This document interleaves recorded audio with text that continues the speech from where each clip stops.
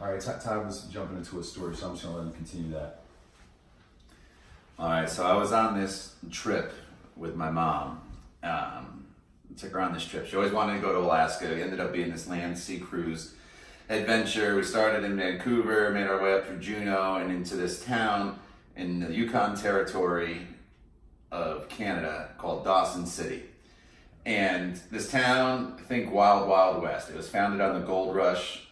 It's right along the Yukon River. There is one paved street.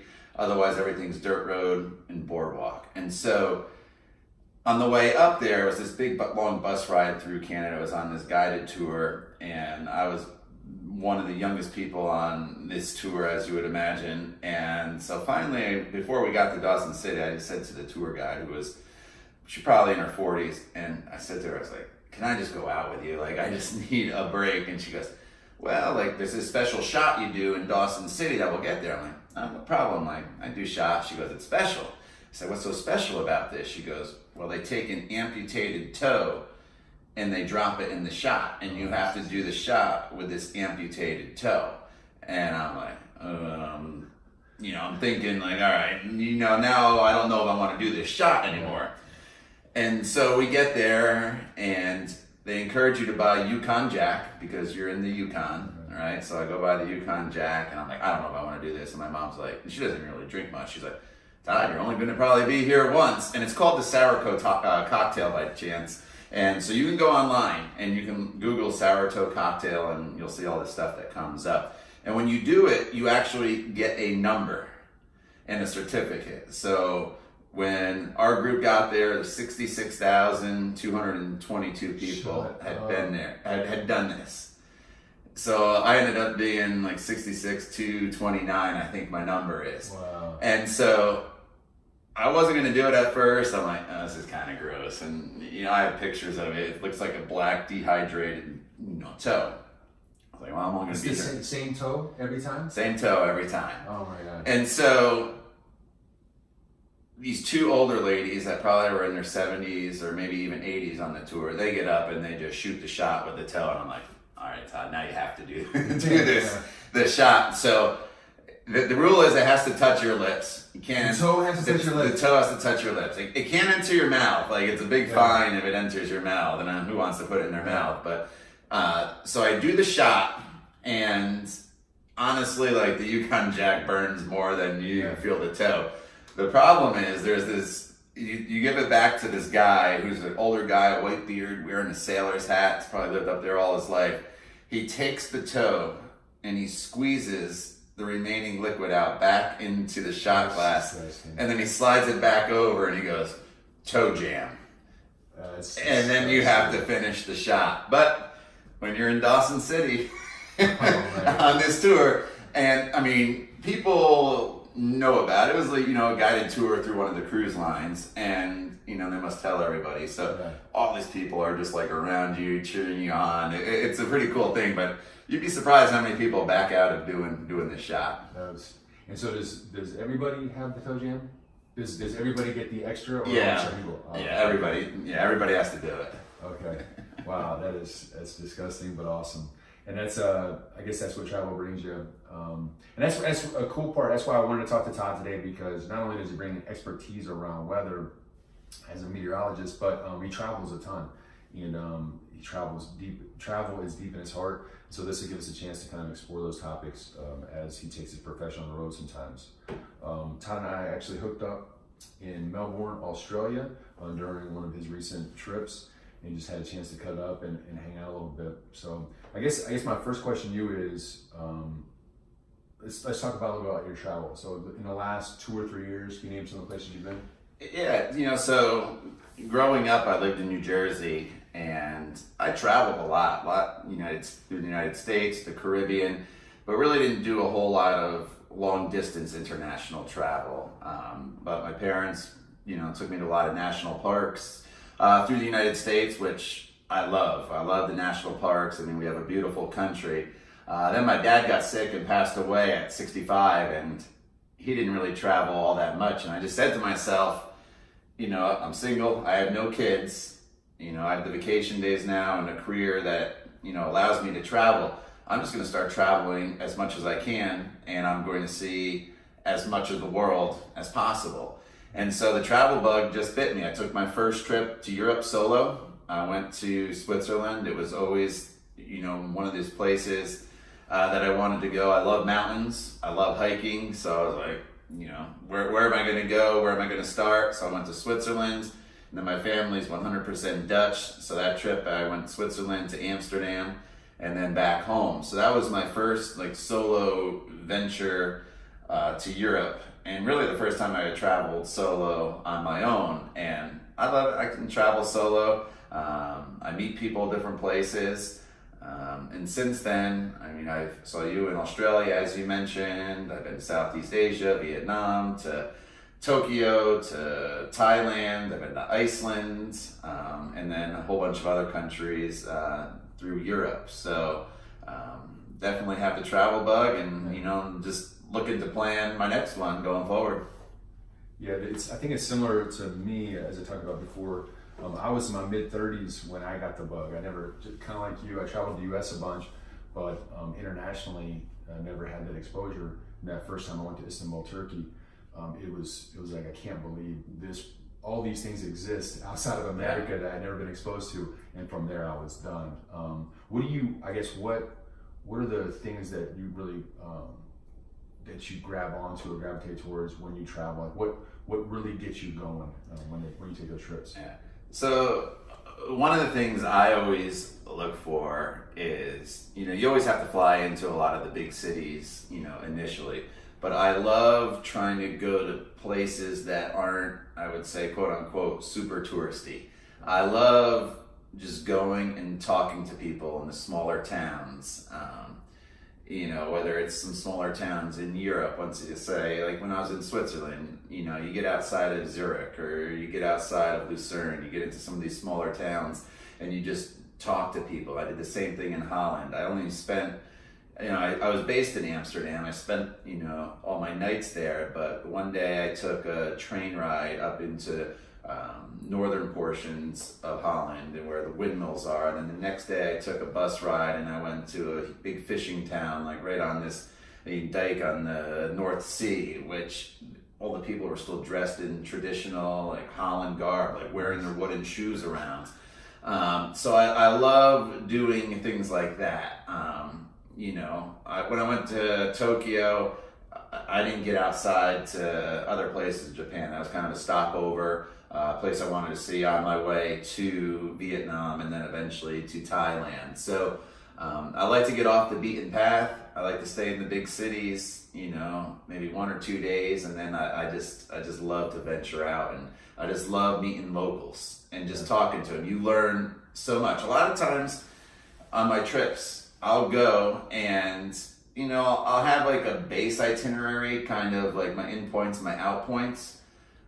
But the middle, a lot of times, I just go and I talk to people, and they'll be like, "Hey Todd, there's this awesome hike you got to do over here." I'm like, "Awesome, how do I get there?" They're like, "Oh, take this bus," and one of those hikes was in Switzerland. They take this bus and take the gondola up instead of just taking the bus back. You can just walk along the whole entire edge, and it's a 3-4 mile hike, but it's great views, and then you can just take the chairlift down. I'm like, great, I would never have known about that if somebody hadn't told me. So just getting yourself immersed into the culture and, eating their food, I just love it all. Yeah, and you named a few of my favorite spots there, especially Tokyo and Vietnam and Thailand. I guess with of the places you named, probably Thailand might be the craziest, although Hanoi's scooter traffic is bananas. What was your first experience when you saw all the people on scooters in, I guess, Hanoi? Yeah. So, we fly into Hanoi, and we take the shuttle to the hotel I was staying at in Hanoi, and at first you're just overwhelmed, right? As somebody from the United States, the roads you would hope are fairly orderly. Obviously there's always some crazies out there, but you're sitting in the car and these scooters are just going around you you're not even there, and they're almost running into each other, and people are honking their horns, and it was crazy. So then get out, settle into the hotel, and it's all right, let's go venture out. and you're standing on the side of the street, like waiting for a break to cross the street, and it just doesn't come. Yeah. You know, and so my friend I was traveling with, I was like, look, we're gonna stand here forever. I was like, we just gotta go. And he's like, we can't go. I was like, watch out for the cars, the scooters will avoid you. And it is, you're like crossing the street, and it's like that old Atari game, like Frogger, like you go, you take a step back, you go, stop, go, until you get across the street. But it was just nuts, the scooters there. But once you get used to it after a few hours, it's no big deal. You just blend in and you go. Yeah, I always like talking about the scooters because they say 6 million scooters in Hanoi, which is crazy. But like you said, they know how to do it. They navigate it every day, and it can be actually a lot of fun if you do it. What about the smells and the senses and things like that? Was it easy to get used to, or I mean, because their food's amazing, and when you're sitting in a restaurant, you get a lot of the spices and whatnot. But when you're walking the streets, it's just different. Not that it's dirty in any way. It's just the smog is something, especially in your profession. You probably noticed that. But I guess just the overall differences when it comes to sensory overload, really, when you're walking the streets. Yeah, you obviously smell, a lot of different things. And a lot of times, when you get to some of those countries in Southeast Asia, you don't have to go too far out of the city, and you run into farm animals, and, sometimes you see them just walking down the street with people. And, there are a lot of different smells, but you just got to remember, you're in a different country with a different culture, and, everywhere is not the United States where, you have sewer systems and all this. And so, yeah, you come up with different smells, but honestly, you can go to New York, you can go to Chicago, you go to some of these other major cities, and you're walking along, and you're like, oh, like, what's that smell? So it just comes with the territory. I really don't, you smell it, and you can say, that doesn't smell too good, but other than that, it doesn't really bother me too much. I find it interesting. Yeah, cool. That's the same here. When I was just thinking about the scooters, did you have any situations where the scooters came on the sidewalk? Did you see that a lot? Because that's one of the things that really sticks out in Vietnam. Especially, they do it a ton in India. There's basically the roads are do what you want. But we didn't see it a ton in Vietnam. But when it happens, it kind of takes you by surprise. Did you come across that at all when you're just walking the streets?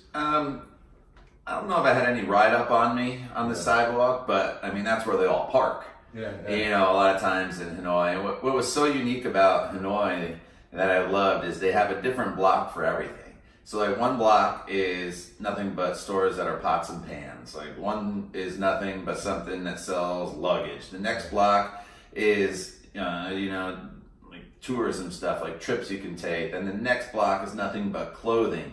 And you're like, how do these people like compete with each other when it's all the same stuff, different stores on the same block?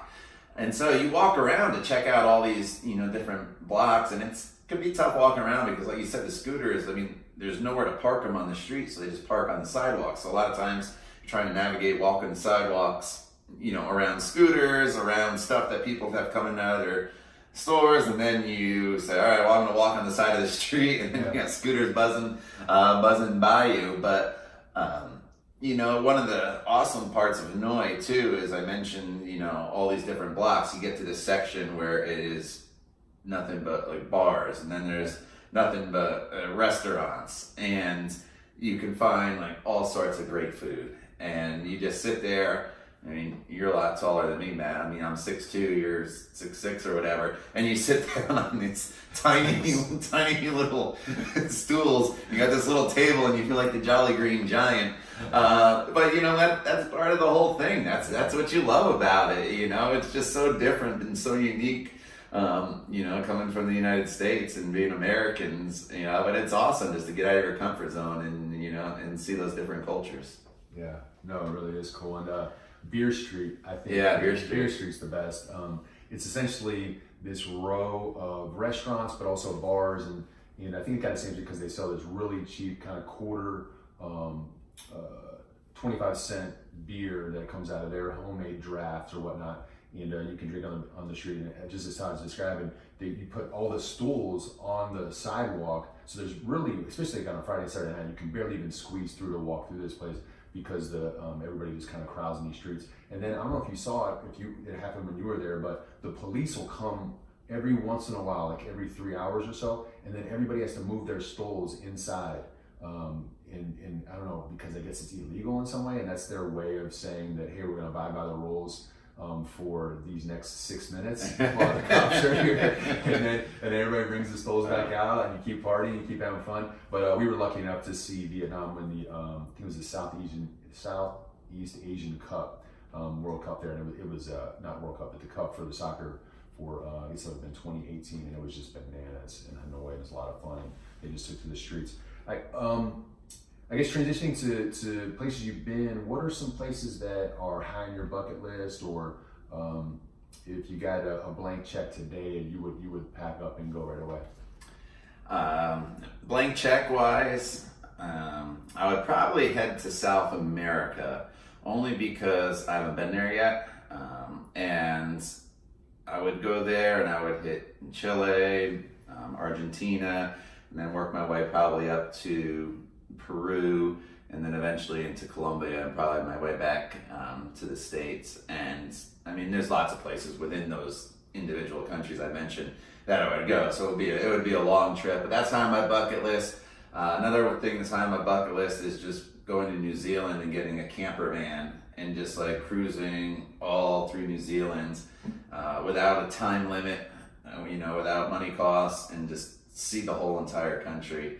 And just park on the side of the road and campgrounds and stuff to stay in the camper, and travel doesn't always have to be luxurious. It could be adventurous, and that's what I love about it. And it gives you a way to probably see more places than you would if you were just pinning yourself to a hotel, in Christchurch or like one of the other cities in New Zealand. Like, all right, I always got to get back to my base. Your base is your car or your camper van, and you can cruise over the North and South Island. I didn't do it when I was in Iceland, but I also saw a lot of camper vans when I was in Iceland. In Iceland, it's called Ring Road. It goes all the way around the entire country.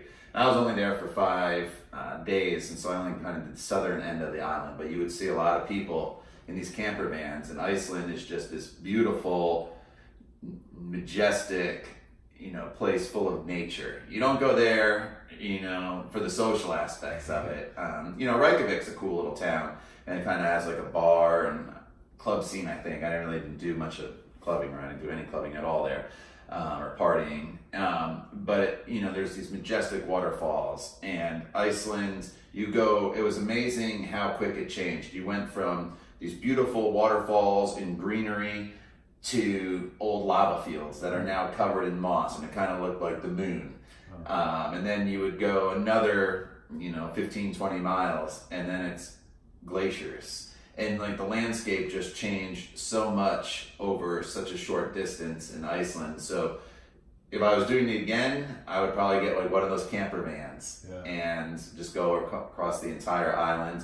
Northern half of the island, which I did not see, is more in the way of like hot springs and geysers and stuff like that.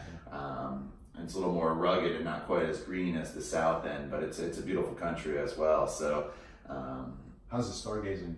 Well, I was there in the summer, and so the sun barely set in the summer when I was in Iceland, because you're so far north.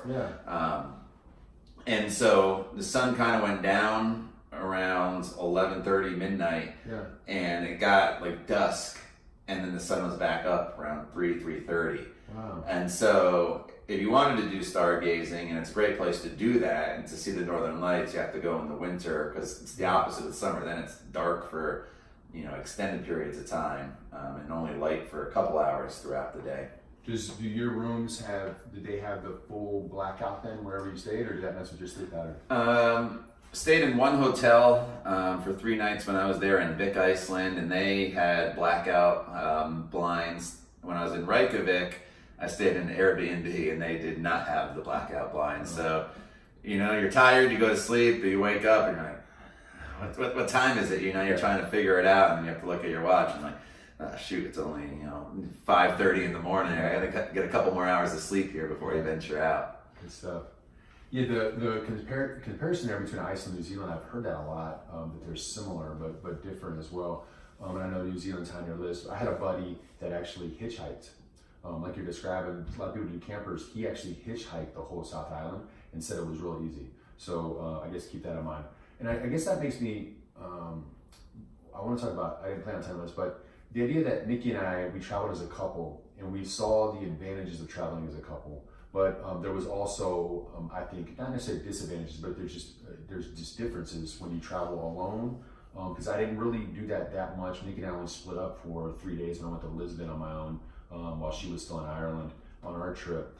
But I would see it as I walked the streets by myself, that it seemed like I was more inviting to people because I was by myself and people thought that they could come up and talk to me. Do you find that, because as a couple when we travel, people typically look at us that like, oh, they're together, we're having our own conversation, even though we're very outgoing, we try to talk to everybody. As a solo traveler, do you get an opportunity to talk to more people? Because that was always the thing with me. I was like, I love traveling with Nikki and I have a blast, but there was always this thing like, I like to meet other people too. And it always seemed like solo travelers, they have a chance to meet a lot more people than couples do. Yeah, like you said, there's advantages and disadvantages to traveling. Like, some trips you want to have a partner with you, whether it's a wife or a best friend or, whatever. But then there are times, when you're by yourself, you make your own schedule.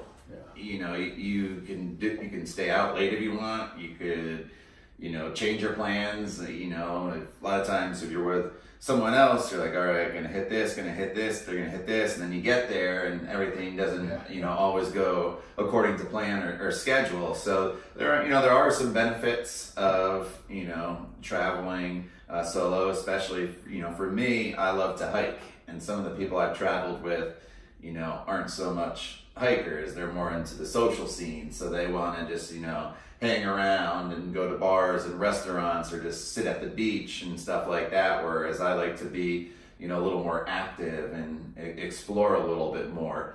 And then in Thailand, I did notice if you're by yourself, they might not be the people you want to come up to you in Thailand, but they'll approach you a lot quicker if you're, by yourself than with somebody else. Then they're a little more standoffish. And you just gotta kind of like chase them away, like no thanks, I'm not, not into that kind of stuff. But yeah, I noticed, I keep going back to that Switzerland trip when it was my first solo one, and I hiked in 5 days in Switzerland almost 125 miles, and you probably, unless you were with somebody that was just as avid of a hiker as you are, you probably wouldn't be able to, do that kind of thing. But then, when you travel with somebody, you have the benefit of companionship, when you're on planes, when you're on trains, at night, when you're in hotels and so forth. And, it's great to do things as couples as well. Like you and Nikki saw the world together, which is an amazing thing to do that a lot of people haven't, been able to do. And, I've seen parts of the world and, a lot of different trips were with different people. I went with my best friend to Southeast Asia. I went to Europe by myself once, and I went to Iceland and with my mom, took her on a trip. And then I've been to Spain and London with just a friend of mine who's a great travel companion, easygoing, and just is ready to, hey, you want to go somewhere? Yeah, let's go somewhere. So, it just depends who you're with, I think. But yeah, there's a difference, when you're talking to locals, definitely, I think when, you're by yourself and, people around the world are friendly.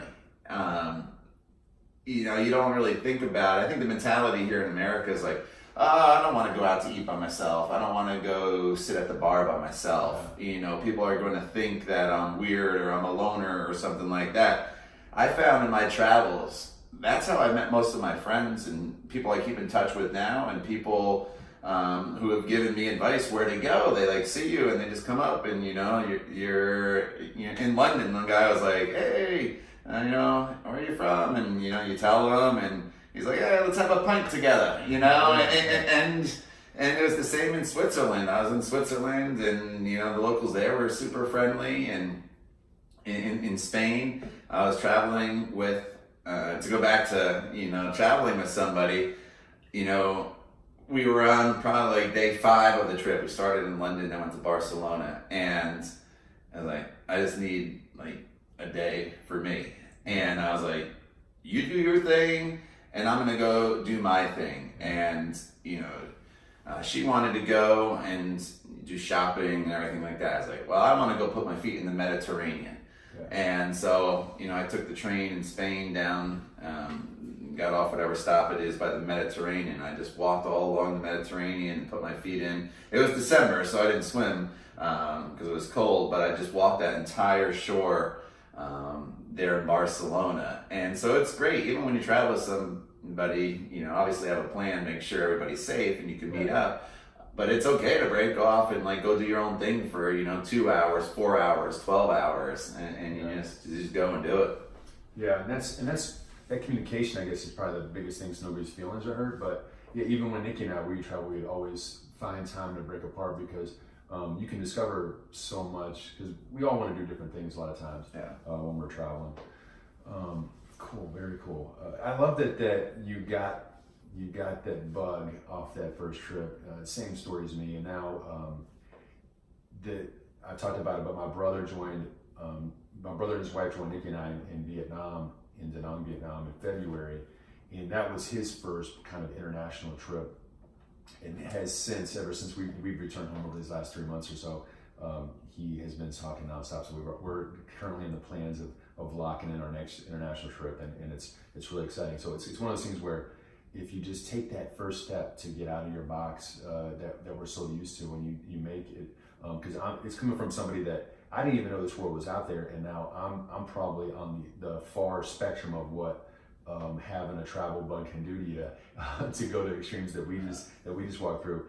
It can really change your life. So I guess what are some of those things that, and for me, a lot of the life-changing stuff is as I've transitioned back home and how I see America differently, all in a positive way. What are those things that as you're traveling, you bring that home with you, that you've experienced Iceland and Europe and Southeast Asia now? What are those, I guess, the things that you've seen that you're like, man, I wish we could do that differently, or man, we're pretty blessed to be in the country we're in. Obviously we're very blessed to be in this country, which is still probably the greatest country in the world. But there's a lot of things we can improve on, right? One of the things I noticed in Iceland is not one single person ran a red light. And the reason is they got cameras on every single red light. So you run a red light, you get a ticket. Okay. And so everybody, as soon as the lights went yellow, stopped. There was nobody running red lights. Whenever people were crossing the street, the cars would wait. It was just very orderly.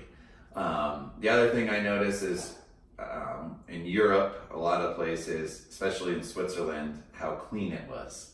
I mean, people were cleaning the outsides of garbage cans at the train station in Lucerne, Switzerland when I was there. And there's no garbage. It's just clean. And Australia was the same way. Sydney was just a very, very clean city. And, we could definitely do better better in America, I think, in that aspect of being more polite, being more orderly. Like when driving, you hear all these, I'm in the news, I do weather, so I sit through all these stories all the time. And you hear about road rage, causing accidents and this and that.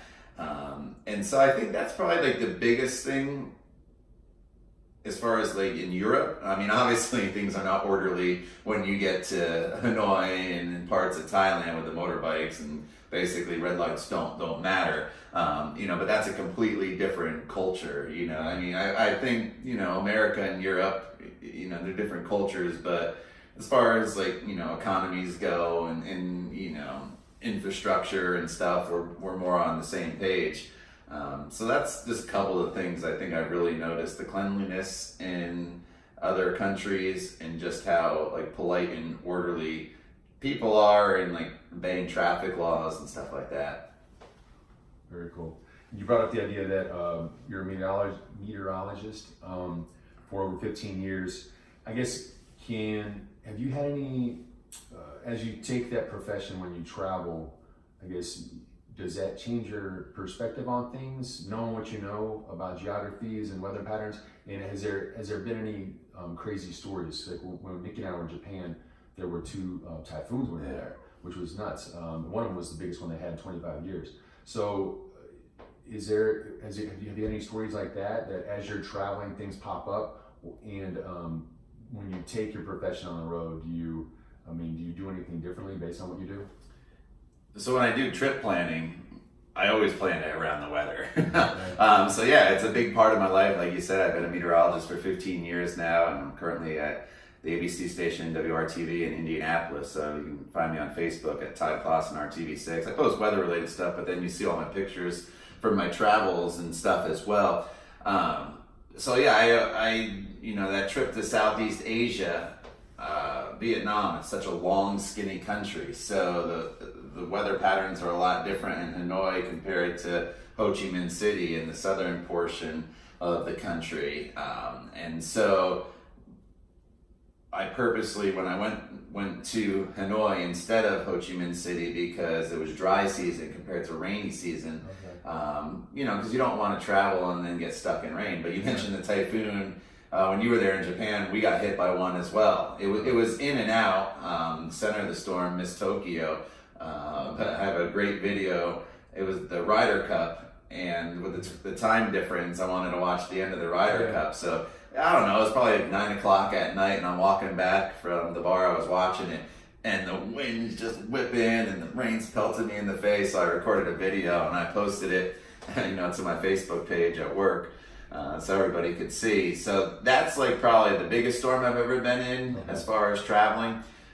But whenever I do my planning, it all revolves around the weather. And like, this is just my preference. I know a lot of people are different. Like, I am not going to the Caribbean in the summer, because in my head, or the way I view it, is it's warm and sunny in Indiana or wherever you are in the United States. I can go to a lake, I can go to a pool, I can get a tan. Like, I don't need to go to the Caribbean. If I'm going to go to the Caribbean, it's going to be October through March or April, when the weather is not good here. But everybody has their own preferences. I'm not saying like don't go. Watch out for hurricane season, obviously.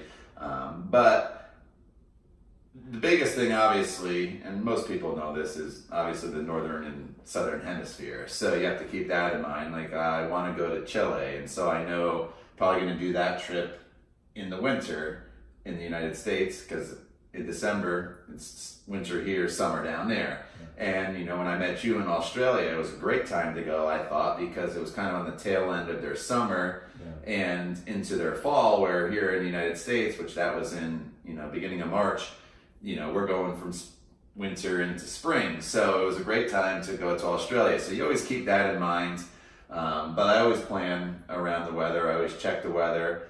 And it's a matter of preference too. Like, I like to ski, and so I'm thinking about going to Europe in December. And I know everybody goes in the summer, and I'm thinking about just flying into Rome and eating my way through Italy, and as much pasta and pizza and wine that I can eat and drink. And then I'm thinking about going to Munich or Vienna, because one, you have Christmas markets, right, which are beautiful things in Europe that time of year. And then I've always wanted to ski one day. It doesn't have to be a long time. I just wanted to ski in the Alps one day.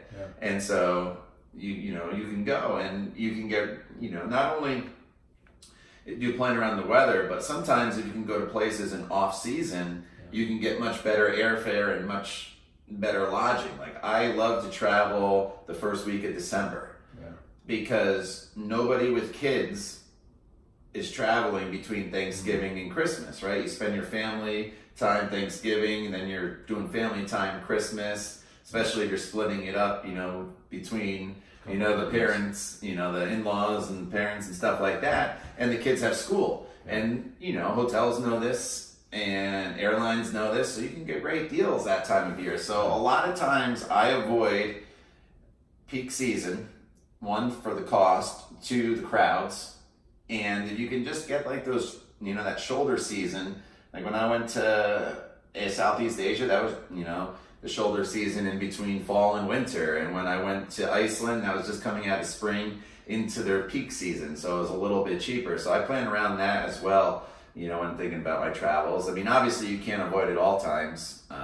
If I want to go to Chile in December, it's peak season there. So, there's give and take with everything, right? Not only travel, just in life, there's in general, there's give and take. But I always just try to, find those perfect times where, yes, I'm not going to go to Italy and probably do the Amalfi Coast and be sitting on the beach in December. Like, I know that's not going to happen.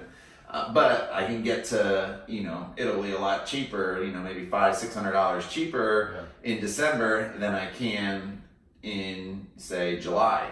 And then once you're in Europe, travel is so easy to get around, whether it's rail or flying, on those discount airlines. So you just got to find your entry point. You just got to kind of think about the weather and just kind of think about the season. Don't always do your travels like, July when everybody else. I hear so many people. One of my friends went to Paris in July, and I will never go again. Like, it was just wall-to-wall people, wall-to-wall tourists. And I'm like, yeah, and that's why I stay home most of the summer. Yeah. And then I just, pick my times to go. But I realize not everybody can do that. I'm single, I have no kids, so, I'm able to do that where, some people, can only travel in the summer, and I get that. Yeah, no, that's perfect. And Nick and I, before our big trip, that was exactly what we try to do as well. That little gap between Thanksgiving and Christmas is a huge one. And the cool part too is when you do make those travels in off-peak seasons, you tend to get, because we saw it as we traveled, a more authentic experience as well. Because unfortunately, when it's peak season and there's a ton of tourists in these towns you might be going to, the vendors and the restaurant owners, the people that you're interacting with, they get worn down too. So if they have a ton of guests coming in, they might not give you that attention that's a better experience if you're on an off-peak season, you're one of only a few people in the restaurant, and they can give you that one-on-one, and they can talk to you and you spend time with them. Because I'm big on maybe going to the same restaurant 1 or 2 times, because the first time you go to the restaurant, they treat you like a customer. The second time, they're like, hey, you've been here before, and they're a little bit cooler to you. If you go a third time, then they tell you all about their city and town, and then you really get the inside scoop. But you can really get that really good experiences when you're there, not when everybody else is in those towns. So yeah, kudos to you, man. That is a great way to travel. You brought up hurricane season, so I'm going to Jamaica in a couple of weeks. I'm a little bit nervous because it's September. It's not the best time to go there, but it is a unique situation.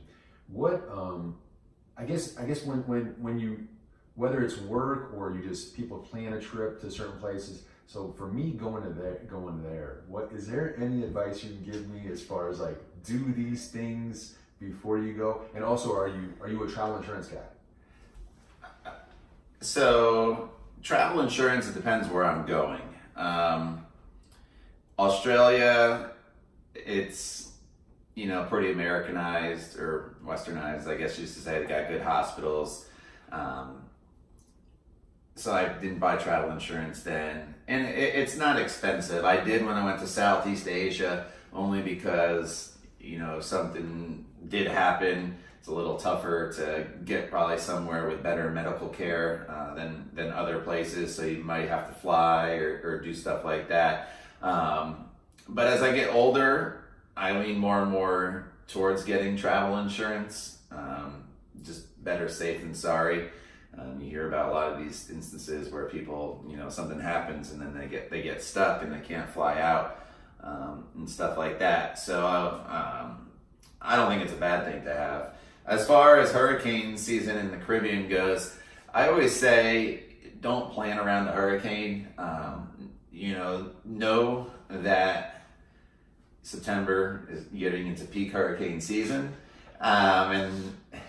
and so they can happen, but also, they're so rare, and you're talking about a couple hurricanes a year probably that's going to move through the Caribbean. I mean, you can get more than that a year. Some of them are just out to sea and stuff like that, or some of them are just in the Gulf of Mexico. I think the biggest thing is you always have to have a plan, right? Whether you're living in the United States and you live in an area in Florida which could get hit by a hurricane, or the Gulf Coast, you have to have a plan, right? Know where you're going. And in the Midwest here in the United States, severe weather season, you have to have a plan. Schools prepare for tornadoes. You should have a plan for your own home. So if you're traveling and there is a hurricane and it's bearing down, I would advise you, if you know it's coming, try to leave as quick as possible. Don't wait till the day before it hits, because at that point airlines aren't coming to get you, right? You need to get out as soon as possible, and they waive those travel fees pretty quick if bad weather is, coming in. And if you do get stuck there, you just got to go find the most secure place you can, to be honest with you, and just stock up on water, or stock up on batteries, and backup chargers for your phones and stuff like that, and you have to just ride it out. But I would never tell anybody to cancel a trip because it's hurricane season, because the odds are that you're going to have to evacuate are very, very slim. Yeah. Okay, cool.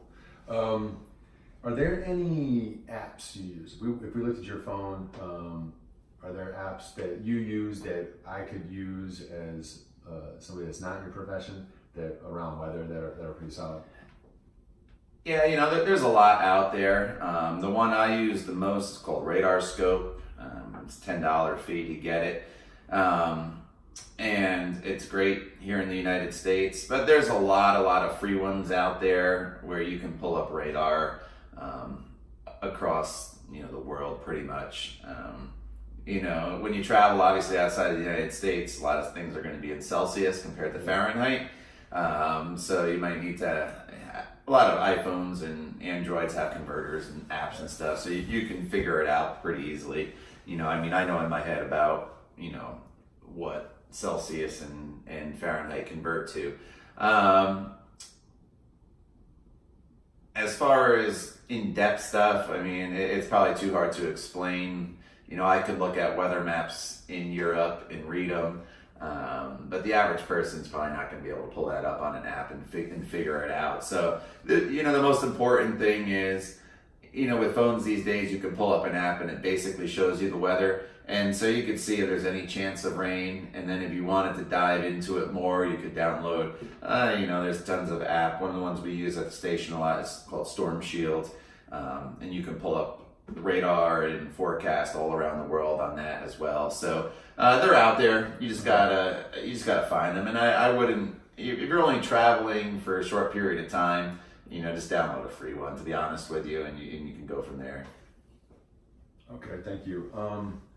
That's it for my questions. That was fantastic. I guess you mentioned it earlier. What are ways that people connect with you on social media, and anything else you want to plug? Yeah, so you can find me on Instagram, Todd Klaassen. I'm on there. My name's a little tricky because the last name's Klaassen, which is a disaster when it comes to people trying to send me emails, because somebody always misses an A or an S, and they're like, "Hey Todd, I sent you an email." I'm like, "I didn't get it." They're like, "I sent it to you." I'm like, "Check the A or the S," and they're like, "Oh, I only put one in there." So there's nothing I can do about that. But Todd Klaassen, RTV6 is my Facebook page. I would love for you to connect there. I post travel pictures all the time. My Instagram is just Todd Klaassen, TODD, and that I use more just for pictures. I don't even put any work-related stuff on that one. It's just a way to connect with my friends and share the beauty of Indianapolis, the United States, and places around the world. And I will say for you too, Matt, I enjoy watching your travels, and I use passportjoy.com all the time. I go there because you've been to more places than I've been, and I know I always lean on you for advice as well.